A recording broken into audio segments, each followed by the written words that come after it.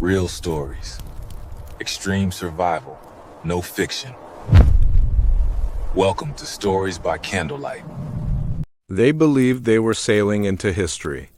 In the spring of 1845, two proud ships left the shores of England with flags high in hulls, shining in the cold Atlantic light. Their names were HMS Erebus and HMS Terror. Their mission sounded simple, almost glorious: chart the last unmapped stretch of the Northwest Passage and claim a shortcut through the Arctic for the British Empire. But the Arctic does not care about glory. It does not care about maps, flags, or ambition. It only cares about survival. 129 men stood aboard those ships as they departed seasoned. Naval officers, young Marines, engineers, surgeons, stokers, and sailors. They waved goodbye to families who believed they would return as heroes. Newspapers praised the expedition. Crowds cheered. At the head of it all stood Sir John Franklin. Franklin was no stranger to the Arctic. He had survived earlier expeditions that left men starving and freezing. Some called him brave. Others whispered that he was reckless. But in 1845, at 59 years old, he was determined to cement his legacy. 2 ships, 3 years of supplies, the best technology of the time, reinforced hulls, steam engines, heating systems, thousands of tins of preserved food. They were prepared for anything, or so they thought. The first months were smooth. The ships crossed the Atlantic, stopped in Greenland, and were last seen by European whalers in Baffin Bay. Spirits were high. Letters were written home. The men joked about Arctic fame and future promotions. Then they sailed west, into silence, into a world of shifting ice, endless white horizons, and temperatures that could turn breath into frost mitre. By late summer, the Arctic pack ice began tightening around them. Thick slabs of sea ice drifted like silent giants, grinding against the ship's wooden sides. At first, it was manageable. The ships were built for this. Reinforced bows could push through moderate ice, but the Arctic is patient. In September of 1846, near King William Island, the ice closed in. It did not crack. It did not open. It froze? Solid. HMS Erebus and HMS Terror became prisoners. At first, the men believed it was temporary. Arctic expeditions often overwintered, waiting for summer thaw. They had done the math. They had supplies for years. The ships were comfortable compared to earlier voyages. They played music in the evenings. Officers dined on preserved meats and puddings. There were books, scientific instruments, even a hand-cranked organ. But outside the hull, the temperature dropped below -40 degrees Fahrenheit. The sea was no longer water. It was stone. Darkness swallowed them as winter set in. In the Arctic, the sun disappears for months. Imagine waking up and the world is still night. Imagine weeks passing. No sunrise. No color. Only black sky and snow reflecting faint starlight. Men began to feel it. The isolation. The pressure. The silence. Ice pressed against the hull with slow, groaning sounds like the earth itself was shifting. Timber creaked. Metal bolts shrieked under stress. Sometimes the ships trembled as if something enormous had nudged them. Still, discipline held. Routine was everything. They cleaned, maintained equipment, hunted when possible. Small groups ventured onto the ice searching for seals or caribou. Fresh meat meant survival. It meant vitamins. It meant hope. But hunting was unpredictable, and winter was merciless. Then came the first death. No dramatic storm. No sudden disaster. Just sickness. The Arctic has a way of exposing weaknesses. Men who looked strong in London began coughing, weakening. Some suffered from extreme fatigue. Others complained of stomach pain and confusion. The preserved food thousands of tins was supposed to be their lifeline. But something was wrong. Many historians now believe the tins were poorly sealed, contaminated with lead solder. Every meal may have been slowly poisoning them. Lead poisoning is subtle. It clouds judgment. It weakens muscles. It breaks the mind before the body. One by one, men grew frail. Still, they waited for summer. When the sun finally returned in 1847, it revealed a cruel truth. The ice had not moved. The ships were still trapped. Another winter approached. Sir John Franklin did not live to see it through. In June of 1847, he died. The official record later found simply states his death. No dramatic explanation. No heroic final words. Just a date. Now the expedition had no leader. Command passed to Captain Francis Crozier, a hardened Irish officer with years of polar experience. Crozier understood something that perhaps Franklin never fully accepted. The Arctic was winning. By early 1848, conditions had become unbearable. 24 men were already dead.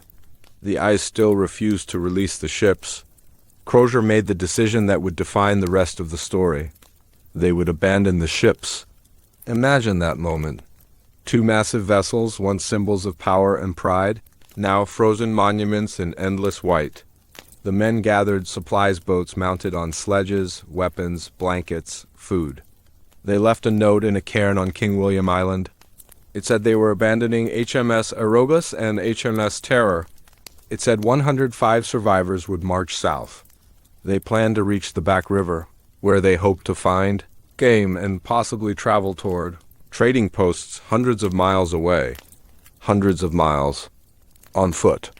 Across Arctic ice and tundra. Pulling heavy sledges. Weak, sick, starving. It was April. The temperature was still brutally cold, but staying meant certain death. So they walked. The line of men stretched across the white horizon, naval officers in heavy coats, sailors dragging lifeboats across frozen ground, boots crunching over snow that concealed jagged ice beneath. The wind cut like knives. They moved slowly, very slowly, and the Arctic watched. Inuit communities in the region would later describe seeing white men dragging boats across the ice. Some looked thin. Some fell often. Some tried to trade metal objects for food. The Inuit survived here because they understood the land. They traveled light. They followed seasonal patterns. They adapted. The British sailors carried silverware, fine china, books. They were still clinging to civilization in a place that demanded simplicity. As days turned to weeks, the march became a death procession. Bodies began appearing along the route collapsed where men could know. Longer take another step. Some were found face down in snow. Others inside tents, as if they had simply laid down and never risen. The strongest tried to continue, but hunger changes people. When the body runs out of fat, it consumes muscle. When muscle is gone, organs begin to fail. Minds deteriorate. Some remains discovered decades later showed cut marks on bones. Cut marks consistent with knives. Cannibalism. It is one of the darkest aspects of the Franklin tragedy. A crew of Royal Navy sailors trained, disciplined, reduced to consuming their dead comrades to survive. Desperation has no uniform. One by one, they disappeared into the Arctic. No one returned. Back in England, worry turned to fear. Years passed with no word. Rescue expeditions were launched. Dozens of ships searched Arctic waters. Rewards were offered. Clues were gathered piece by piece. But the men of Erebus and Terror were gone. The Arctic had swallowed them. For over 170 years, the full story remained buried in ice, scattered in bones and fragments of metal across King William Island. 2 ships, 129 men, 0 survivors. This was not just an expedition lost. It was a warning. The Arctic does not negotiate. And this is only the beginning of the Franklin tragedy. To understand what truly happened, to feel the slow collapse of hope, the crushing weight of isolation, the unraveling of discipline, we must step deeper into the frozen silence. Because the ships did not simply freeze. They waited. And in that waiting, something inside the men began to break. The real nightmare had just begun.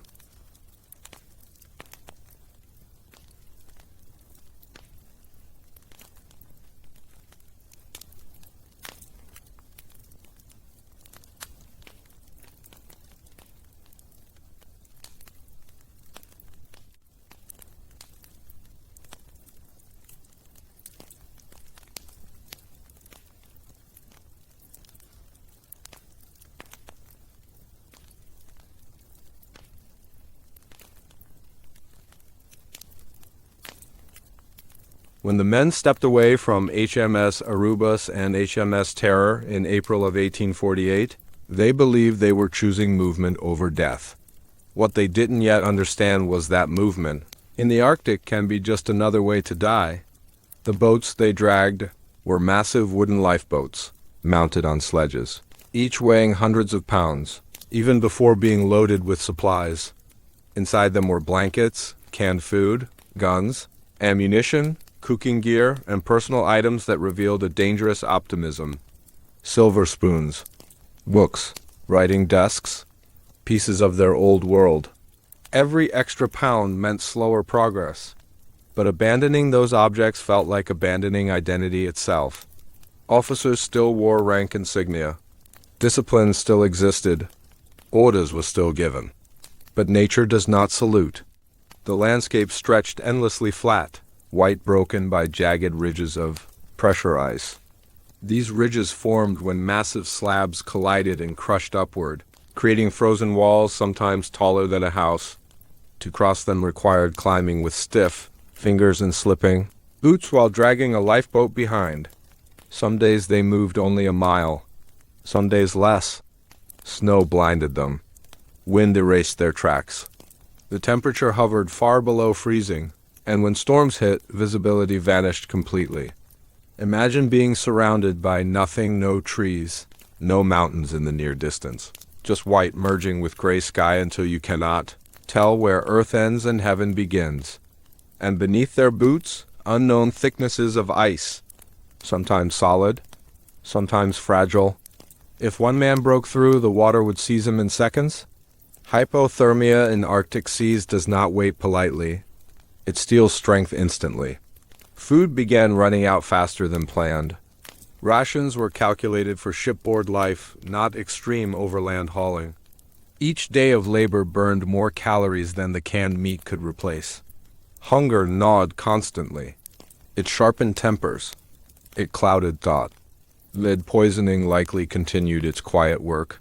Men complained of numbness in fingers and toes, not only from frostbite, but from neurological damage.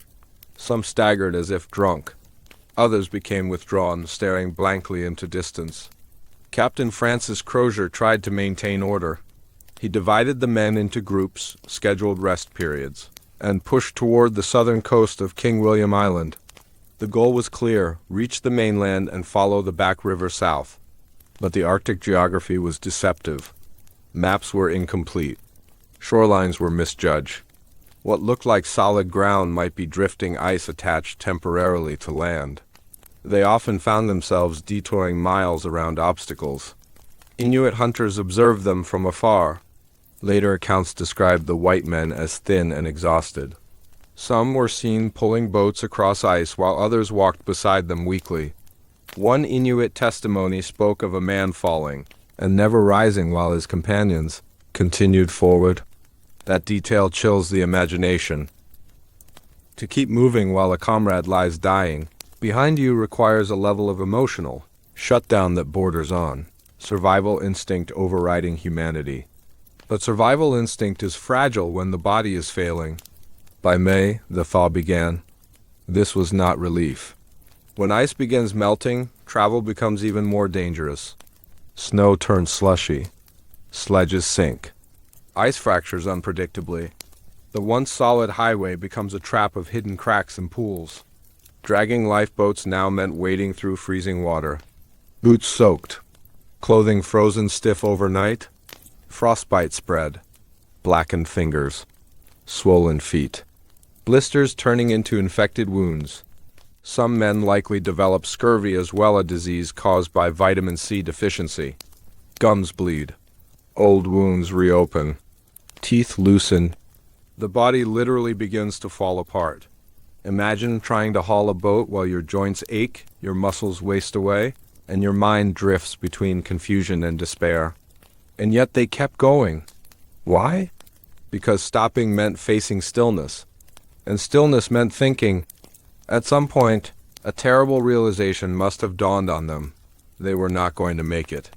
The distances were too great. The strength too little. The Arctic too vast. Evidence found decades later suggests that some groups may have split apart. Smaller parties might have tried different routes. Fragmented remains across the island hint at scattered final attempts. One haunting discovery involved a boat found resting on a sledge, years later during a search expedition. Inside were skeletons. 2 men, one positioned as if sitting. The boat still contained silverware, loaded guns, even chocolate. Chocolate. In a world of starvation, they still carried luxury items. That detail reveals something profound. They were not simply irrational. They were clinging to the structure of civilization, perhaps, believing rescue was still possible, perhaps imagining they would reboard ships one day. But there were no ships coming. Back in Britain, concern had turned into obsession. Lady Jane Franklin, Sir John's wife, pushed tirelessly for search efforts. The Admiralty dispatched expedition after expedition. Arctic waters became crowded with rescue vessels braving the same icy dangers. Ironically, those search missions mapped much of the region Franklin had hoped to chart. His failure advanced geographical knowledge, but that knowledge came too late for the men. As the months passed in 1848, the survivors dwindled. Bones later recovered showed signs of malnutrition and knife marks. Scientific analysis in modern times confirmed cannibalism had occurred. Not rumor. Not myth. Fact. When hunger surpasses all boundaries, the human brain redefines morality as necessity. It is easy to judge from comfort, harder to imagine being there. Imagine sitting beside the body of a man you once laughed with on deck. Imagine knowing your own strength is fading. Imagine the debate, the silence, the decision. The Arctic does not provide alternatives. One by one they died, some near the shoreline, some inland, some alone. The ships themselves remained locked in ice for years, abandoned but not destroyed. Storms battered them. Ice shifted them slowly, carrying them in frozen currents across Victoria Strait. Their masts likely snapped. Decks splintered. Cabins filled with drifting snow through broken timbers. Yet they endured, ghost vessels drifting without crew. Inuit oral history spoke of ships crushed by ice, of bodies found inside cabins, of a vessel sinking in open water after finally breaking free years later. Those stories would later guide modern explorers. But in 1848, silence ruled. By 1850, search expeditions began finding the first graves on Beechy Island 3. Sailors buried during the expedition's first winter in 1845-46. Their graves were neatly arranged, marked with headstones. It was a chilling discovery. It meant the expedition had at least survived its first year. But where were the rest? Years turned into decades. Relics were discovered sporadically, buttons bearing Royal Navy insignia, spoons engraved with officers' names, fragments of wood unmistakably from British ships. Each artifact whispered a fragment of truth. Yet the complete picture remained hidden beneath ice and time. The Franklin expedition transformed from mission into legend, a symbol of ambition, a cautionary tale, a mystery. Children in Britain grew up hearing of the lost ships Erebus and Terror. Poems were written, songs composed, paintings imagined desperate men wandering frozen, wastelands beneath ghostly skies. But imagination could not capture the slow, grinding reality of starvation and isolation. The tragedy was not a single dramatic event. It was erosion. Hope eroded. Strength eroded. Order eroded. Until nothing remained. And still the ships waited, locked in ice for over a century and a half, holding secrets within their timbers, secrets that would not begin to surface until modern technology reached into the depths of Arctic waters. Because the story did not end with bones scattered on tundra. The Arctic preserved evidence. It kept receipts, and one day it would give them back. But before that revelation, we must understand the psychological collapse that likely unfolded during those final weeks.